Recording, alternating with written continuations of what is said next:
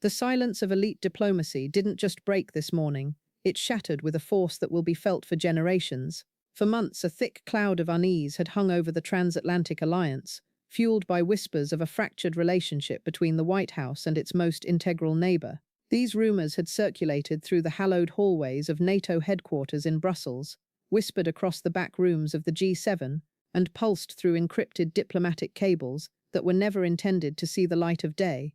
There was a sense that the special relationship was fraying, but no one, not even the most seasoned intelligence analysts in the Five Eyes, could have predicted the scale of the confrontation that was about to unfold in the Canadian capital. At exactly 9:47 a.m. on Thursday, February 27, 2026, Canadian Prime Minister Mark Carney transformed those whispers into a deafening roar. In a move of unprecedented political theatre and calculated risk, Carney walked into the House of Commons in Ottawa and stood behind the historic oak podium. The atmosphere was electric, heavy with the realization that the status quo of international relations was about to be discarded.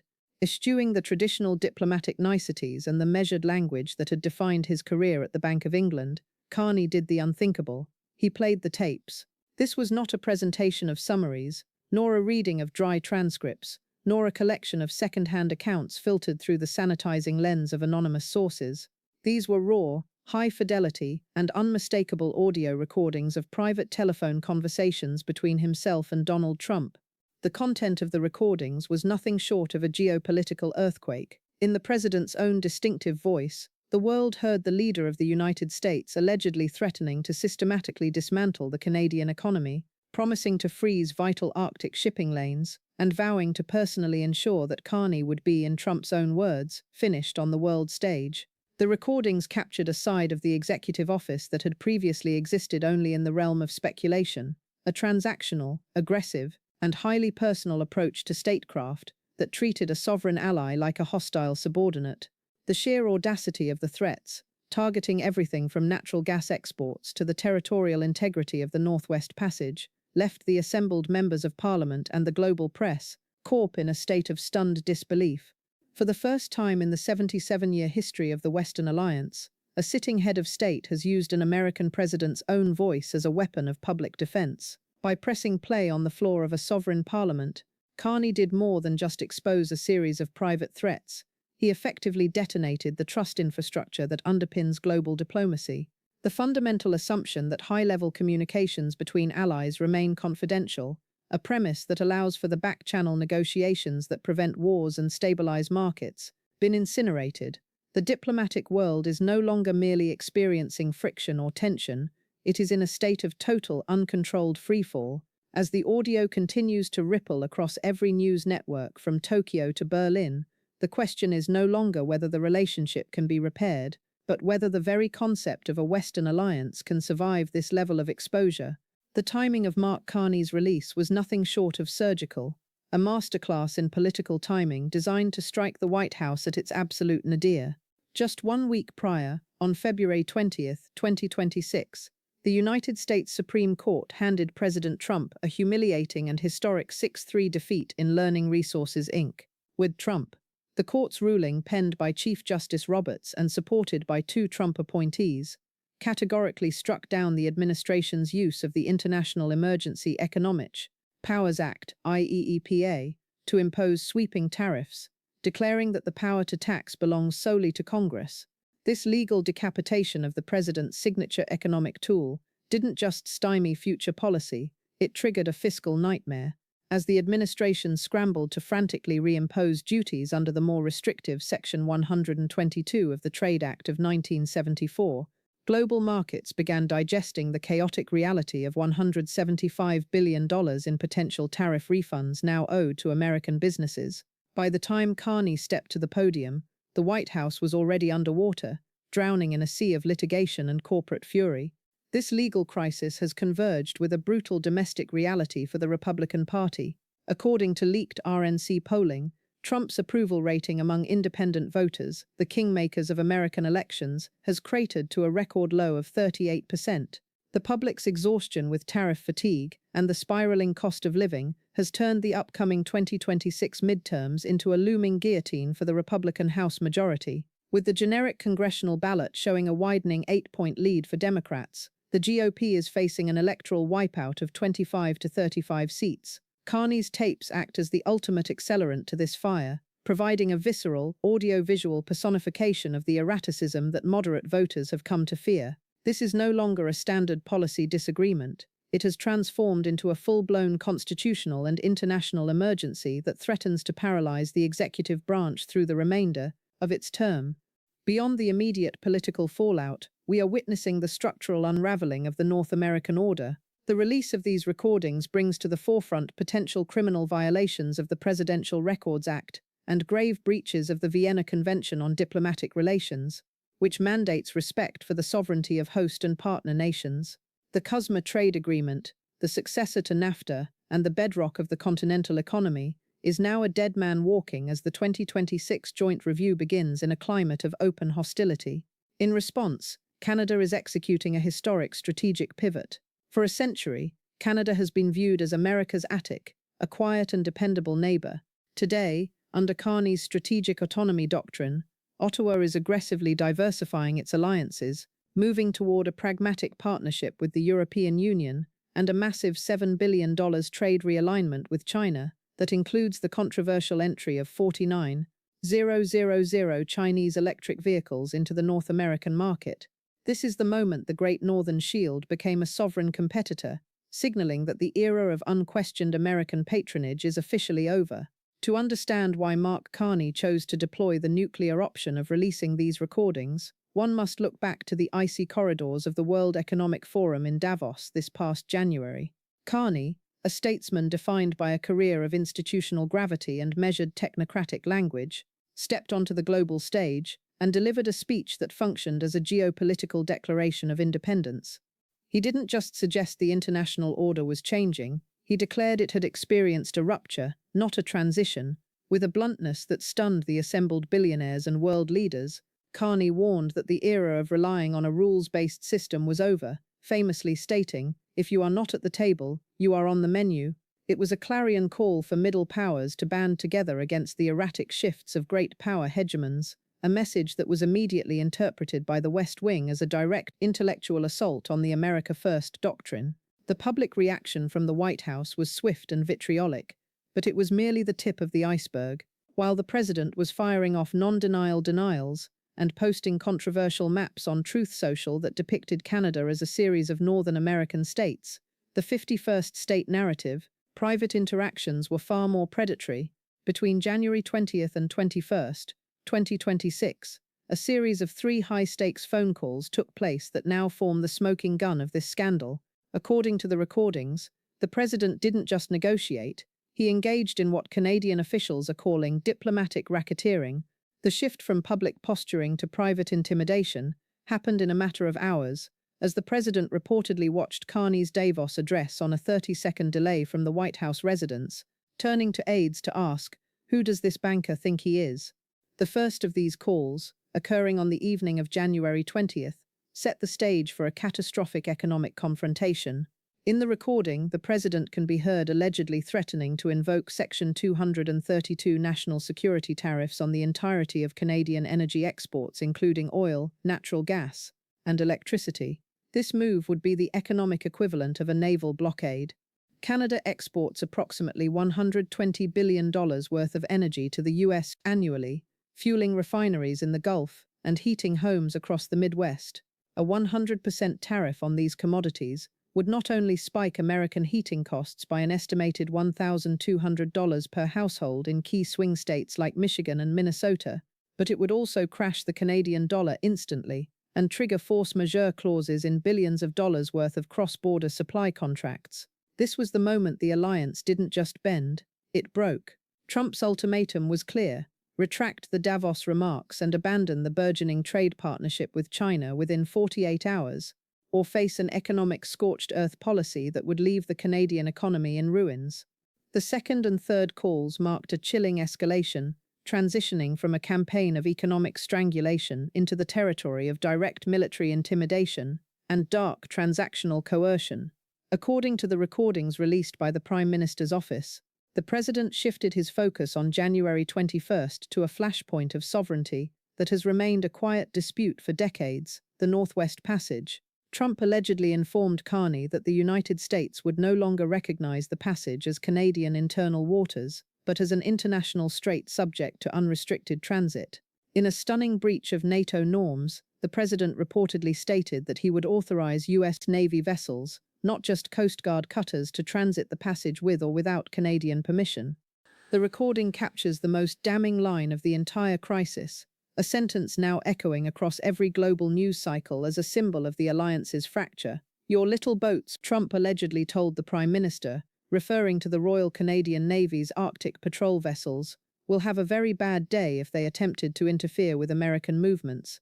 This wasn't just tough talk or the bluster of a seasoned negotiator. It was an implied threat of kinetic military action by one NATO ally against another, a scenario that has no precedent in the history of the Western alliance. As the recording progressed into the final call on the evening of January 21st, the tone shifted from aggression to a predatory, transactional quid pro quo. Trump allegedly offered to make all the problems go away, dropping the Section 232 energy threats, and restoring Canada's standing if Carney agreed to three non-negotiable conditions. First, Canada had to publicly endorse the U.S. Greenland Acquisition Framework, providing a veneer of allied legitimacy to Trump's ongoing campaign to purchase the territory from Denmark. Second, Carney had to formally withdraw Canada's own Arctic claims. Third, and perhaps most critically for the White House's trade agenda, Canada had to immediately cancel its recently signed trade partnership with China, a deal that includes an annual quota of 49,000 Chinese electric vehicles entering the Canadian market.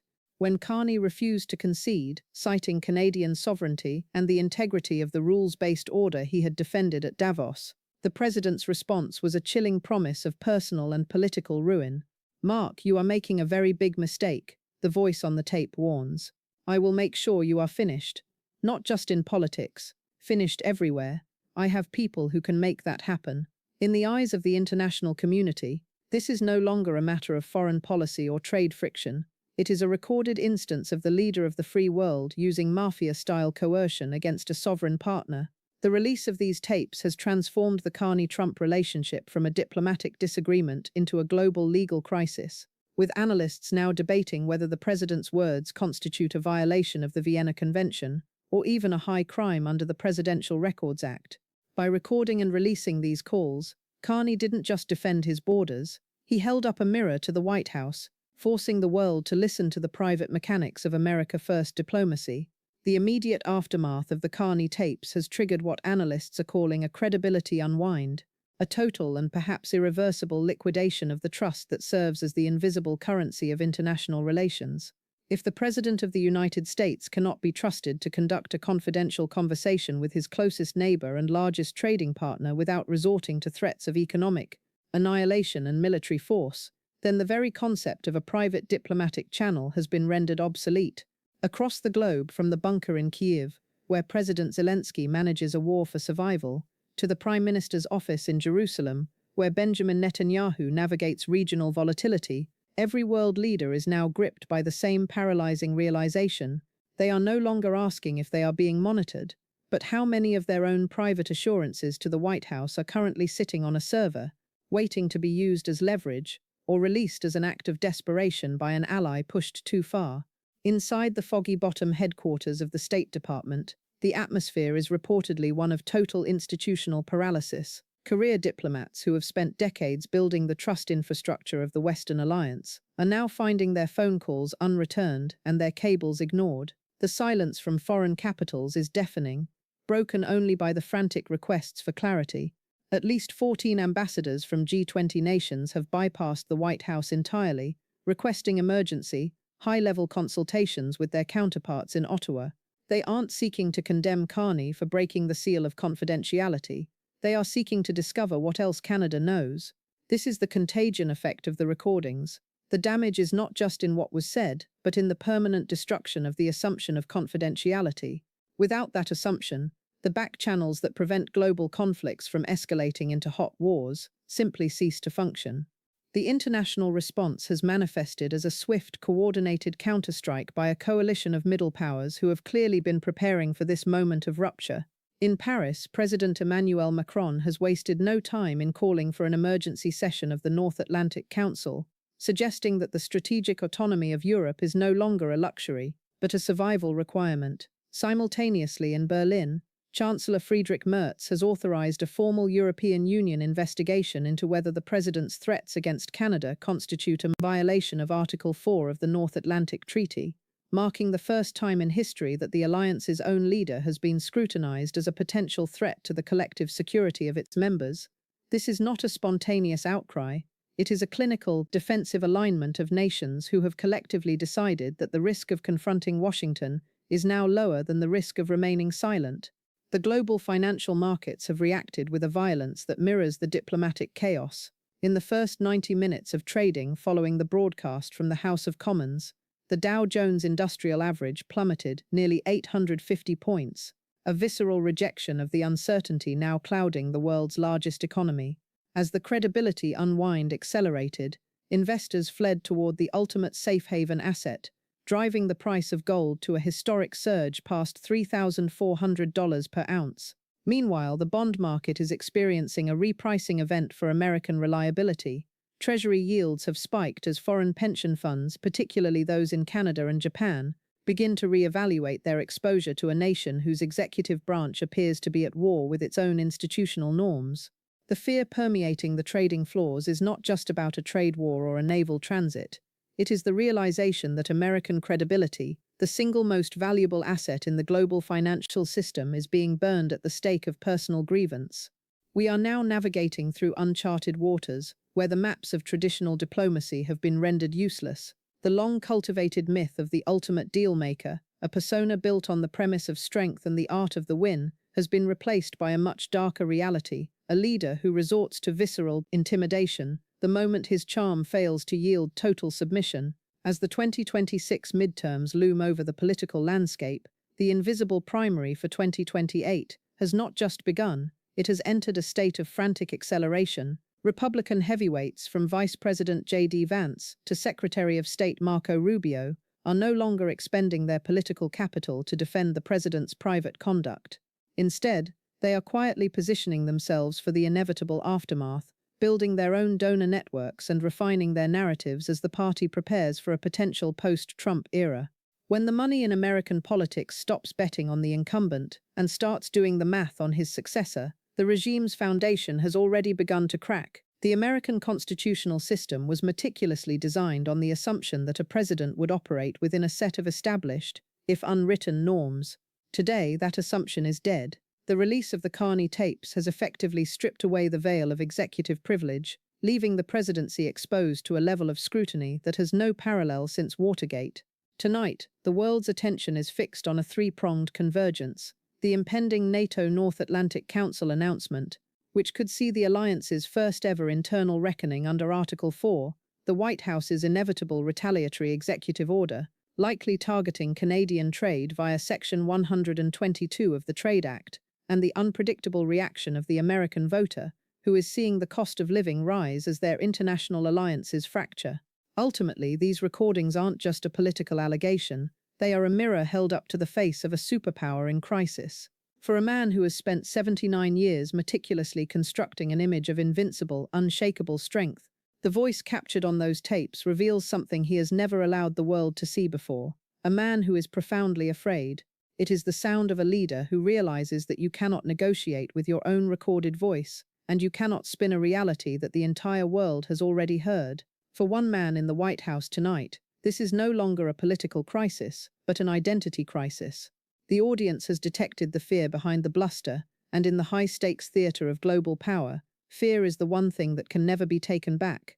The alliance is fracturing, the markets are bleeding, and as the tapes continue to play, the world is finally listening to the sound of a legacy in collapse.